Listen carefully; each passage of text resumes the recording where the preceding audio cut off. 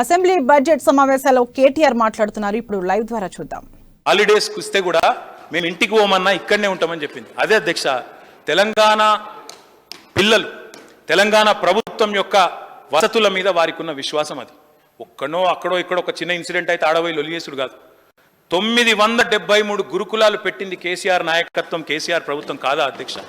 ఎక్కడన్నా ఈ దేశంలో ఒక్క స్టేట్, ఎక్కడన్నా ఒక్క స్టేట్, మిగతా 27 రాష్ట్రాలు ఎక్కడన్నా ఉన్నాయి ఆ గురుకుల పాఠశాలలు ఇంత పెద్ద ఎత్తున? మరి ఇవన్నీ ఉంటే లేనట్టు, చూసి చూడనట్టు, ఇంత నటిస్తా అంటే, ఇంత నటన ప్రదర్శిస్తా అంటే ఎట్లా అధ్యక్ష? అధ్యక్ష, ఇంకొక మాట చెప్పాలి అధ్యక్ష మీకు. అధ్యక్ష, ఈ పిల్లలు ఎవరెవరైతే ఇందులో చదువుకున్న పిల్లలు ఉన్నారో దాదాపు 5,30,000 మంది పిల్లలు, వారు బ్రహ్మాండంగా చదువుతూ ఉన్నారు అధ్యక్ష. ఒక్కొక్క విద్యార్థి మీద 1,25,000 రూపాయలు ఖర్చు అవుతుంది.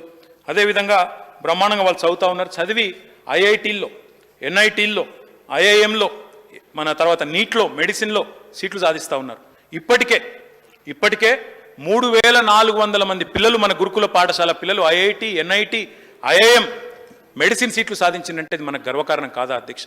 మనం తయారు చేసి ప్రపంచంతో పోటీ పడే పౌరులుగా మన బలహీన వర్గాల పిల్లల్ని తయారు చేసుకోవడం అనేది గర్వకారణం కాదా? ఇది కూడా ఆమోదించాం, ఇది కూడా గుర్తించాం అని వారంటే నేను చేయగలిగింది ఏం లేదు అధ్యక్ష.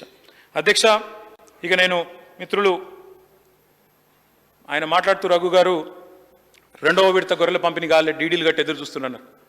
11,000 కోట్ల రూపాయలు ఖర్చు పెట్టి ఈ గొర్రెల పథకాన్ని ప్రవేశపెట్టిన దేశంలో ఇంకెవరైనా ఉన్నారా ఇట్లాంటి కార్యక్రమం తీసుకునే వాళ్ళు? మీ బీజేపీ పాలిత రాష్ట్రంలో ఎక్కడన్నా యాదవ సోదరుల కోసం ఇట్లాంటి కార్యక్రమం ఉందా? గొల్ల కుర్మ సోదరుల కోసం ఎక్కడా లేని పథకంలో చంద్రుని మీద ఒక చిన్న మచ్చున్నట్టు ఎక్కడైనా చిన్న లోటు ఉంటే దాన్నే పట్టుకొని దాని మీదనే దాని చుట్టే దృష్టి కేంద్రీకరించి ఇంత మంచి పథకం గురించి దాన్ని కించపరిచే విధంగా మాట్లాడడం ఎందుకు చేయాలా పని? ఇంకోటి, మీ గవర్నమెంటే ఏం చెప్పింది? కేంద్ర ప్రభుత్వం ఈ ప్రోగ్రాం తీసుకున్నాక 2016లో ఆనాడు 1,35,000 మెట్రిక్ టన్నుల మాంసం ఉత్పత్తి జరుగుతుంటే ఈరోజు మాంసం ఉత్పత్తిలో తెలంగాణ భారతదేశంలోనే నెంబర్ 1గా నిలబడ్డదని మీ ప్రభుత్వమే చెప్తున్నది. ఈరోజు 3 లక్షల టన్నులకు చేరింది తెలంగాణ నుంచి మాంస ఉత్పత్తి. బీసీ గురుకులాలు లెక్క చెప్పాలి మీకు. 2014 నాటికి సమైక్య ఆంధ్రప్రదేశ్లో కాంగ్రెస్ ప్రభుత్వ పాలనలో 19 మాత్రమే ఉండేది. ఈరోజు మా ప్రభుత్వం వచ్చినాక ఏర్పాటు చేసింది 275 అనే మాట సందర్భంగా విజ్ఞప్తి చేస్తా ఉన్నా. ఇందులో ఆల్రెడీ పాఠశాలలను 142 గురుకులాలను జూనియర్ కాలేజీలుగా అప్గ్రేడ్ చేసుకున్నాం. మిగిలిన 119ని కూడా మా మంత్రి కమలాకర్ గారి నేతృత్వంలో అప్గ్రేడ్ చేసుకుంటా ఉన్నాం. 16 డిగ్రీ కాలేజీలు కూడా ఏర్పాటు చేసుకున్నాం. దాంతోపాటు గతంలో బీసీ వెల్ఫేర్లో ఒక్క జూనియర్ కాలేజ్ కూడా లేకుండే. ఈరోజు 119 కాలేజీలు అయినాయి. దాంతోపాటు 16 డిగ్రీ కాలేజీలు కూడా అయినాయి అనే మాట నేను మీకు విజ్ఞప్తి చేస్తా ఉన్నా. అధ్యక్ష, బీసీ మినిస్ట్రీ పెట్టరు, బీసీలకు బడ్జెట్లో డబ్బులు పెట్టరు. ఆర్ కృష్ణయ్య లాంటి పెద్దలు పాపం వారు పట్టించినా, వారు అడిగినా మాట్లాడరు. బీసీ జనగణన కూడా చేయరు అధ్యక్ష. మరి వీళ్ళ బాధ ఏందో తెలియదు.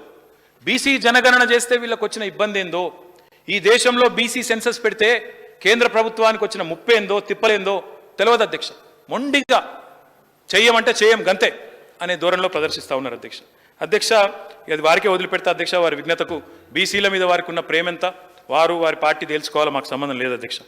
ప్రజలన్నీ చూస్తూ ఉన్నారు.